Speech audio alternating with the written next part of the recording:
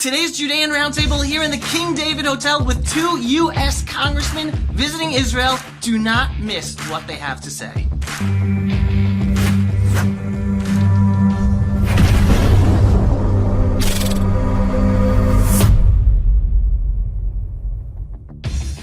Hello everybody, welcome to the eternal and undivided capital of Jerusalem. We are sitting here in the King David Hotel, and this is a very special edition of the Judean Roundtable. We're doing this this week, together with Ruth Lieberman and the Yes Israel Project, who are hosting in Israel on an educational mission. Congressman Andy Harris from Maryland. Hi. Welcome, Congressman. Good to be here. And Congressman Andy Barr from Kentucky. Great to be with you. Thank you so much. It is a pleasure having you. Here, I understand both of you, it's your third time here in Israel. I know that because I've been with you the past few days. And here you're visiting the biblical homeland, learning about the reality on the ground, the history.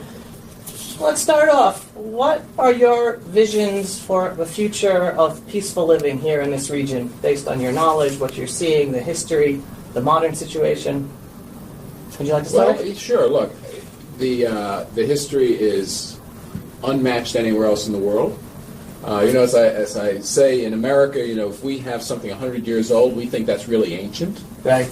Yet today, we visited Shiloh, and it's 3,000 years old. Right. You can't break with that kind of history. I mean, there is a connection, and it's between the land and the Jewish people. And, we have to get this right, because if we get it wrong, it doesn't end well for the region, doesn't end well for global peace and security. So that's what we're here to do. We're here to see how America can help the world get this right. And we were also in the south of Jerusalem in Judea at Hebron, right. And of course visited the cave of the patriarchs, right. And matriarchs, as some say. The love story. The love story, Abraham and Sarah, and walking on the same place that Abraham walked all those thousands of years ago. It does drive home the historic significance of this place, of the Holy Land. And, the conventional wisdom is that Israel, the state of Israel, is 71 years old. And that is, of course, the age from the 1948 chapter of this history forward. But as we have learned, and as we saw with our own eyes over these last few days, this nation is 3,000 plus years old because, of course, the history dates back. And when you look at the modern Israel and what's being built in Judea and Samaria and also in Jerusalem, and you look at the archaeology beneath it, you see that the roots of this society are much older than that. And it just goes to show that this is the biblical homeland of the Jewish people. And it is so happy to hear you express that in such a clear fashion. And I'll just say it in words that I like to tell people. We're 3,000 years old and 70 years young. Right? The way to express the real existence. And we were down south a few days ago, down in the Gush Etzion, the Judean hills, and you planted trees. Any feelings about, here you're planting your own roots, and I saw your names printed right there on the signs next to your tree. In Oz V'Gaon. In Oz V'Gaon, right, in the Gush Etzion area, the Judean hills. How did you enjoy planting a tree in the biblical homeland, your own tree with your names? Well, it's exciting, not only because it's exciting to do that, be able to plant a tree in your own names, but what that represents. What it represents is the struggle right now of the Jewish people against terrorist threats. And the fact that, we can't anywhere in the world, and we know in America after September 11th, we can't possibly give in to terrorism. And we have to react to it. We have to react strongly to it. And I was glad to be a part of that. And planting the tree is also a symbol of a state of Israel that is moving forward and is planting a future of peace and prosperity for the people. And not just for the Jewish people, but as we saw today in Samaria, in an industrial park, where under the laws of the state of Israel, businesses are flourishing, businesses in which Jews are working side by side with Arabs and others to build a peaceful, prosperous future for themselves. And, I think that is the future that we all envision for this place, and it underscores how important the state of Israel is to create that future.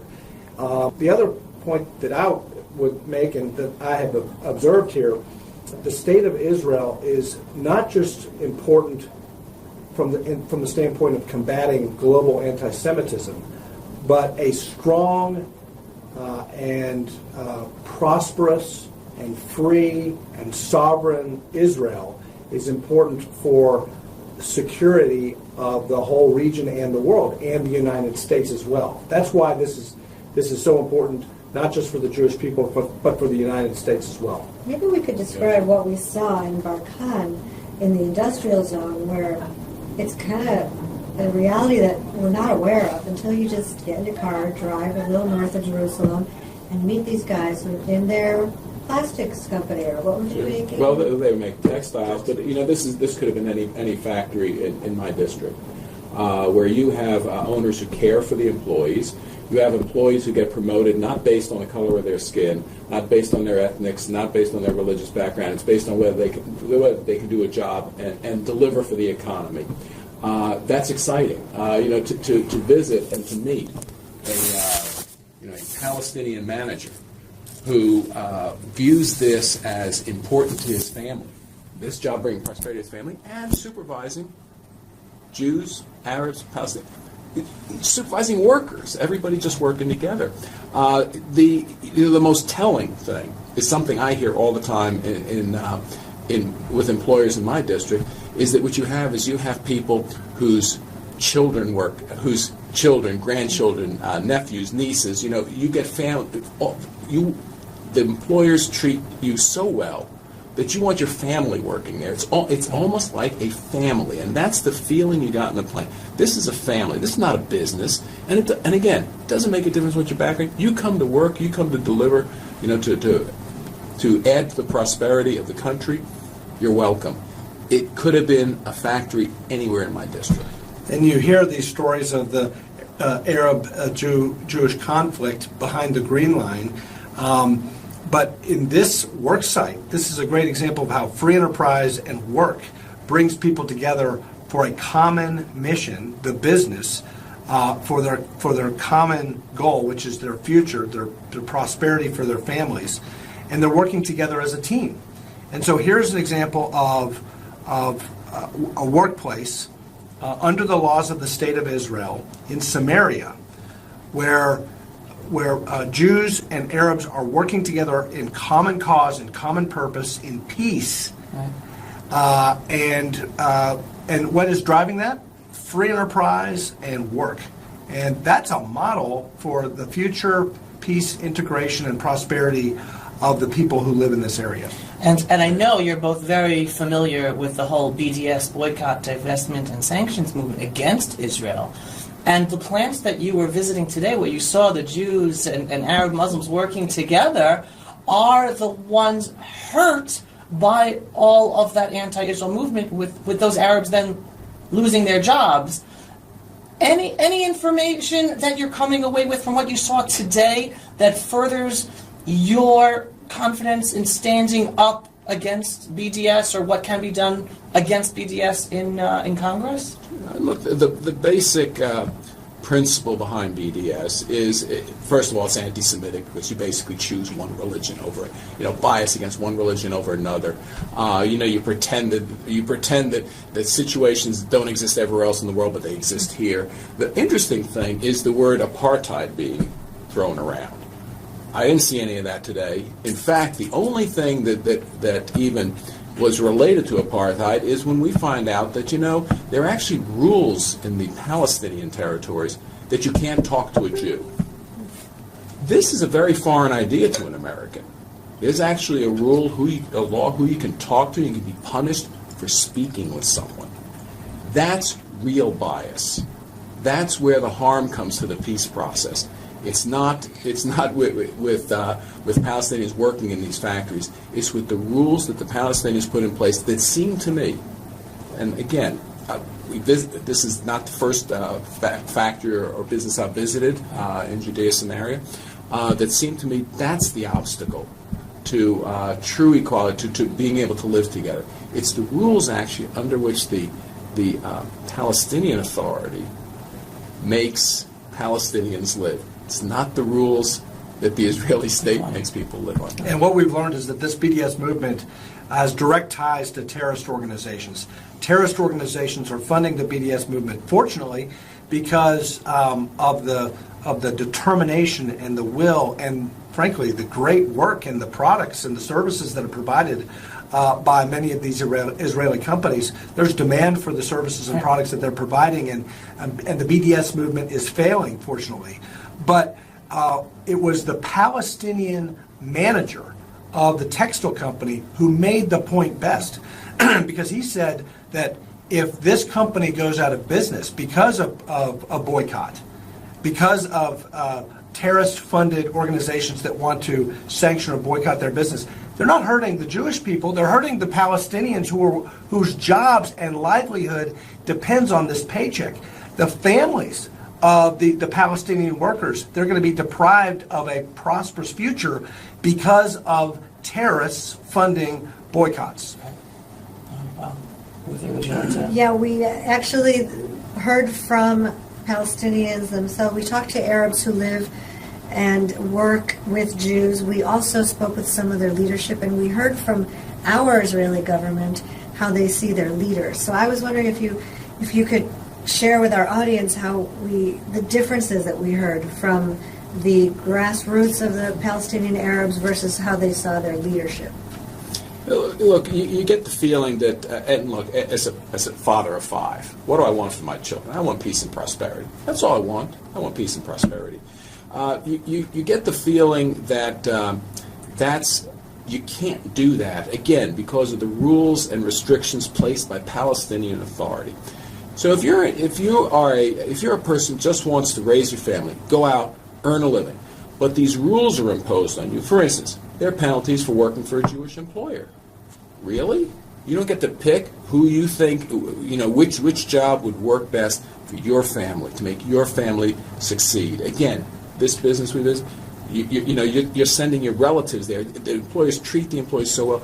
They want their relatives to work there. This is not oppressive. This is not oppressive in any way. That's why what we hear constantly is that there is fear from the Palestinian Authority at the highest level. Well, of course there is, because they're setting rules. When you tell someone it's illegal for you to talk to your neighbor, no one wants to live under that kind of regime. So of course you're going to resent the people who make those kind of rules, because honestly, it's against human nature. And what we observed when talking to an Arab gentleman in an Area C location in the Gush Etzion, some maybe pejoratively refer to it as a Jewish settlement, but what it is, it's actually desegregation, it's integration, and it's in those places where the Arabs are friends with their Jewish neighbors, and where they get along. And to Andy's point, they just want a better, prosperous life for their families. And it's in those places, not the segregated places where you have PA control. It's in those places under Israeli law that you see a peaceful, hopeful future. Now, that's a great segue, because you have had a number of meetings while you've been here with Israeli officials, policymakers. Would you like to expand upon anything special you've gotten from any of those meetings? I've been here, this is my third visit, and what I find this time different from the last two times, 4 and 8 years ago, is that I think there's more unification around the concept that whatever solution we need to the issue of coexistence with Palestinians has to revolve paramount importance is security and ultimate protection of the Jewish state of Israel, and the threat that can exist to that under a two-state solution where you can't guarantee that security. The other thing that I think is different now from, again, 4 and 8 years ago is the unification around the concept that in fact, the Iranian power or struggle for hegemony in the region once again is raising its head.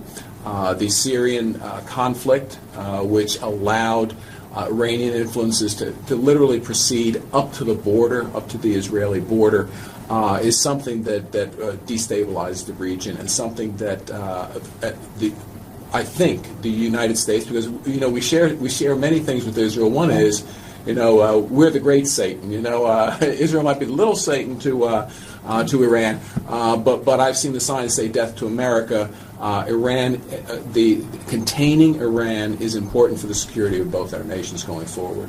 The last time I was here was in August of August 2015, and then October 2015, right when the Iran nuclear deal was being negotiated and then in October finalized. And one of the big differences that I noticed is that Iran was a lot stronger then than they are now, after the United States has exited the JCPOA, the Joint Comprehensive Plan of Action. Back then, Iran was in the ascendancy in terms of its threatening posture towards the West, towards Israel. It was on the precipice of receiving a windfall of sanctions relief that ended up resulting in, as through congressional oversight we saw this, a strengthening of terrorist proxies of Iran.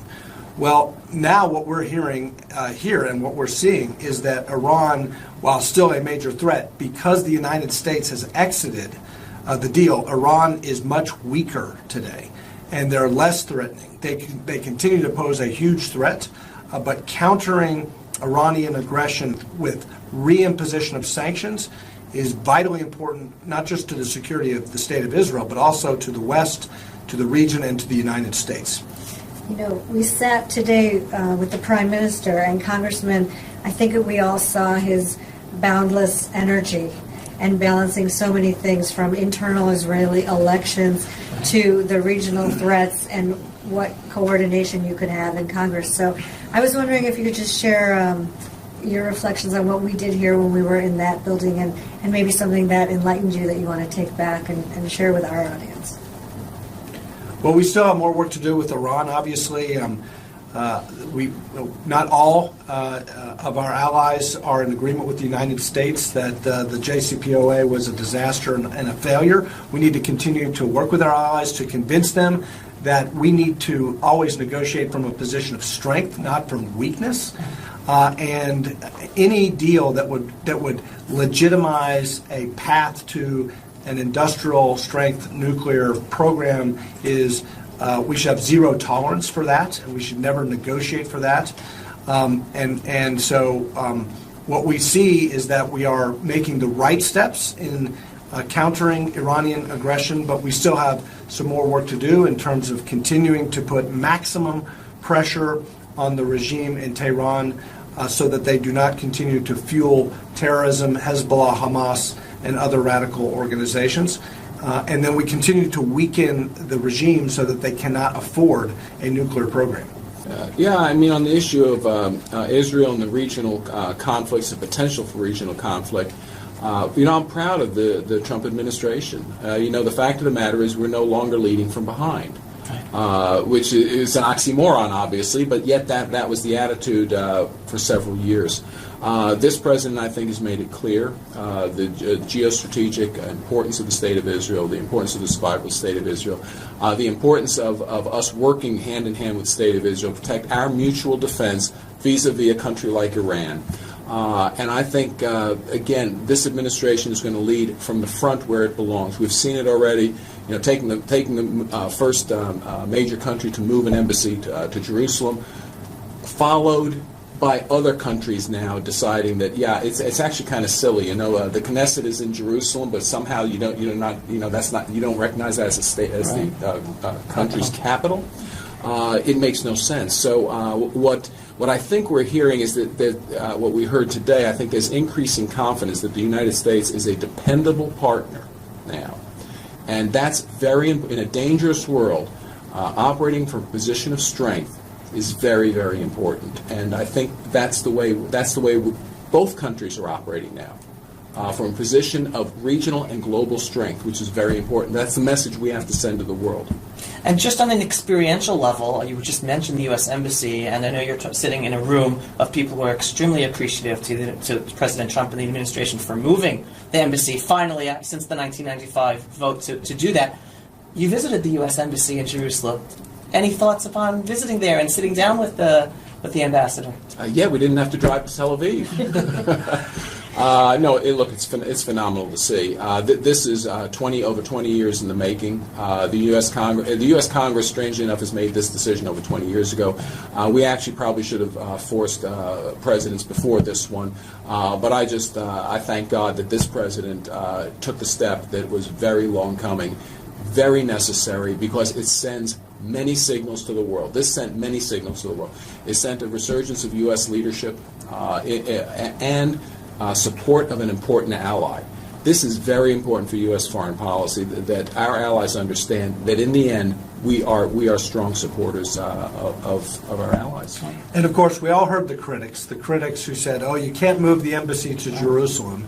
But what we heard from the Ambassador Friedman and what we observed was that, in fact, relocating the embassy to Jerusalem is going to have great positive benefits for peace, because all of the workers at the consulate who were the liaisons to the Palestinian Authority and to the Palestinian people at a consulate, they're now integrated with the U.S. Embassy and the personnel that were formerly in Tel Aviv, which creates a whole lot more communication between the Palestinians and the Israeli people, facilitated through the U.S. Embassy, and administratively a lot better. So by consolidating the embassy and the consulate in Jerusalem, not only does it send that symbolic signal that the United States stands shoulder to shoulder with the state of Israel, and that's a very important symbolic message that we're sending to the entire world, but it also, frankly, facilitates better communication among Arabs and Jews, and I think that's a very positive thing. All right. Now, I know Ruthie is sitting right here, and Sarah Pillay is also here with us, and they're the ones who run the Yes Israel project, about helping Israeli politicians and American politicians to better strengthen the relationship between our two countries for the benefit of the whole freedom-loving world. Any thoughts upon other statesmen joining Yes Israel trips to Israel and why it's important? The temptation for congressmen and congresswomen and senators who visit the country is to go to the places where someone perceives that safety exists. Now, we're in Judea and Samaria. It seemed perfectly safe where we went, but yet those areas are avoided. And the complexity of the issue is not whether or not Tel Aviv is going to, it's not about a situation in Tel Aviv. It's about a situation that regards the, put in quotes, the West Bank. If you don't go into the West Bank and you don't see what it's like, and you don't experience, you don't talk to people like we spoke with today, again, where you meet people and you realize that what's important to people, and I don't care what country, I don't care where they're from, they want what's best for their children. They want peace and prosperity. You're not going to achieve it without getting on the ground, going behind the green line, seeing what's happening there. Because the solutions that you otherwise would come up with on paper might just not work in the real world. And Israel continues to flourish. And even in spite of anti-Semitism, even in spite of BDS, even in spite of terrorism, and a geographic location that, let's face it, is in a very dangerous part of the world with threats on all sides of every border.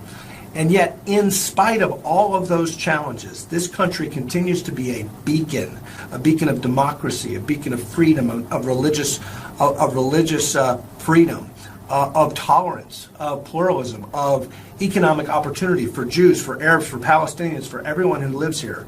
And it just goes to show that a strong, sovereign, free Israel is vitally important for peace, for prosperity, and for security.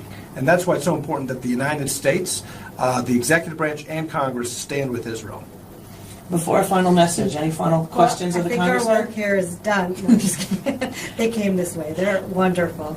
I would say thanks to our amazing team, and especially thank you to our guests, because we've had many congressmen who want to come on our trips, and we try to open it up to everyone, and we try to make it reach across the aisle and not be identified one direction or another. We want Israel to speak for itself. And what we find is that other organizations, and I call out to them here, who bring congressmen to Israel should open their eyes and see you've got to tell the whole story. And you don't have to choose a narrative to do that.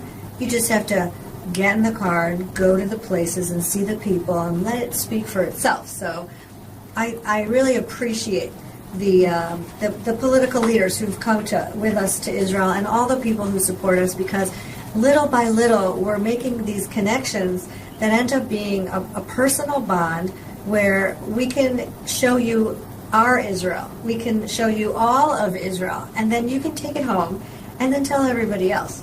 So I in this little part of the world seems so important to everyone.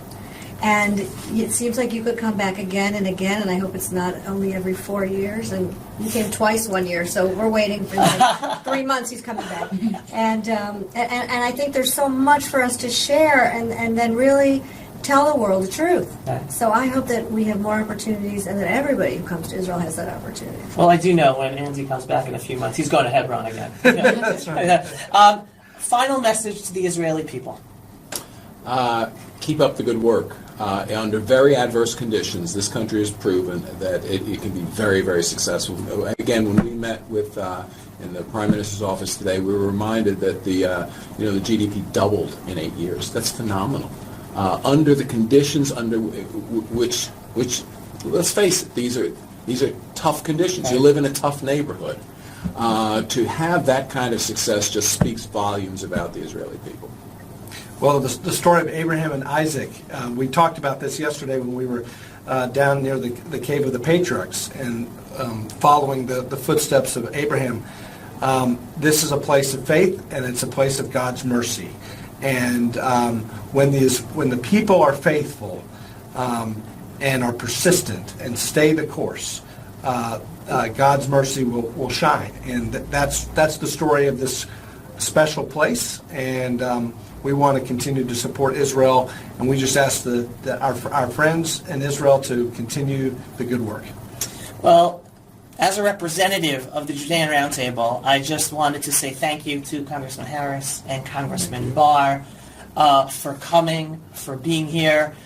You have many partners here who understand that the strong relationship between the United States and Israel is important for the whole freedom-loving world, not just for Americans and not just for Israelis. And it's wonderful to meet like-minded politicians who understand that and are working on the ground towards that goal. So thank you on many levels. And then Ruth and Sarah, keep up the wonderful work you're doing with the Israel Project to continuing this strengthening of the relationships between our two important countries at this time point in history when we're really making a difference, and there's so much more we can do and hopefully we'll do together. So God bless all of you and all the wonderful work you're doing. Thank you. Thank you. Say shalom. Thank you. Thank you very much. And Laila Tov. Laila Tov. And Yalla. Yalla.